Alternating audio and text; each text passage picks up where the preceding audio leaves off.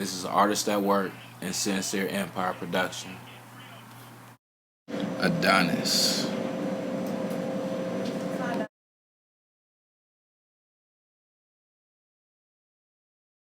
Coming back because, Akron, Ohio is where the foundation of me becoming a man was built. And has anybody ever been outside Ohio or lived outside of Ohio?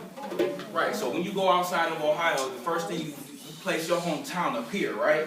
Above everybody, but me being gone 11 years and coming back, it's like, man, it's just like everywhere else.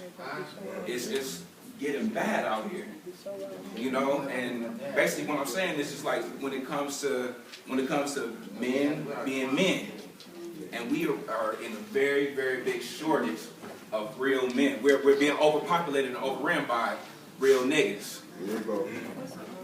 And the sad thing is that the real niggas don't understand that there's a difference. They don't care, right? They don't understand that there's a difference. So when I was 18, my ex-girlfriend, she actually prophesied something to me. Didn't even know that she prophesied something to me. She told me that I was an endangered species. At that time, I was like, oh, that's dope, I'm an endangered species. I took that as a compliment, But then I grew up, and I realized that wasn't, at the time, it might have been as a compliment, but it's true. It's true. Amen. Real men are becoming endangered. So let me explain it to you. Endangered species. Endangered species. I was once labeled an endangered species. I was 18 then and didn't quite understand what she meant in the metaphorical sense, but I nodded my head and smiled while taking it as a compliment, like, yeah, I'm the man.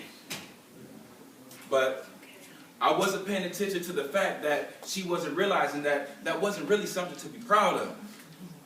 I mean, think about it. She called me an endangered species. And that means a species who's on the brink of extinction.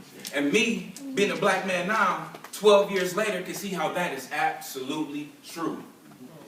See, strong-minded black boys are becoming weak-minded black men because they lack the mindset and the presence of a real man.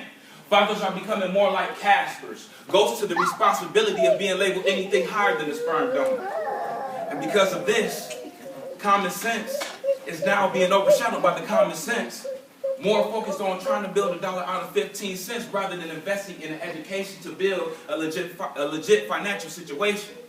See me? I'm speaking from a mind who has lived through that defamation, taking the easy way out, selling out to the drug game, looking for street fame, but Meek Mill said there's levels to that. And Wale said ambition is priceless, and just like J. Cole, my only father was time, so I wake up every morning and transform like Optimus Prime into the man that my son can be proud of. And with that alone is my inspiration. Further lets me know that men like my kind are truly heading towards extinction. Man, so you mean to tell me that I'm on the same list as the bald eagles and grizzly bears? At the same time, we're giving our women more reason to seek other women, and we're calling it an epidemic. See, we're even too ashamed to take responsibility of our own race because the main cause of its destruction is black-on-black violence. Therefore, proving that we are all part of this cultural suicide, killing ourselves a little bit more every time we prove the stereotypes right. Whenever you tune into the news, whether it's morning or noon, whether he's light-skinned or dark-skinned, it's another brother taking the life of another brother. Getting life, so now his life is lifeless. Just like his body has always been soulless because his conscience was kidnapped by the same person he seen murder his father. But right after, he's seen his mother get treated like a piece of crap by his daddy.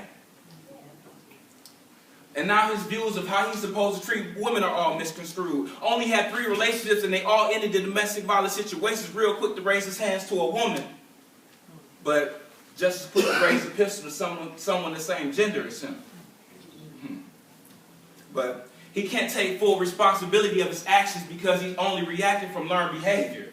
And the result is him becoming another victim to the stereotypical statistic that's labeled a black man in today's society. Yeah, I'm a rare breed. I'm just not sure if that's exactly something to be proud of. You see, I had this epiphany long before my understanding was able to handle the reality of the futures of those that was before me. Constantly looked at through judgmental eyes because the confidence of my walk is constantly compared and mistaken to the average brother from the hood. Yeah, I have tats, and yeah, I speak Ebonics, but the cover to this book is only the first page to my novel. My story is deeper than a true Hollywood documentary. From the hood with no father figure, I'm automatically assumed to be a failure according to the numbers. In the streets, I hit the drug game after a short career in the military, but my son is here now, so the drugs are gone and I hold the college degree rather than the M16. But I'm still viewed as a thug in the streets. Sometimes I look in the mirror and see what they see. A thug, a gangster, a drug dealer, a womanizer. That makes me a statistic. But then I take a look at my son and I realize that I could be the difference between who they assume they see and who I want to be. Striving every day to break down these mental walls they've used to entrap my mind using my metaphorical sledgehammer called an education as my choice of weapon. The stars are no longer my destination because knowledge has taught me that the universe is bigger than anyone's mind could ever imagine. My son will know and understand that there's no limitations to whatever dreams he's chasing. That the beginning of repopulating the good man species is going to rest upon the shoulders of the man that he's going to be. Proving that we are not a dying breed, but the beginning, the middle, and the future of what it is that God intended us to be. Endangered species. Thank you. All right.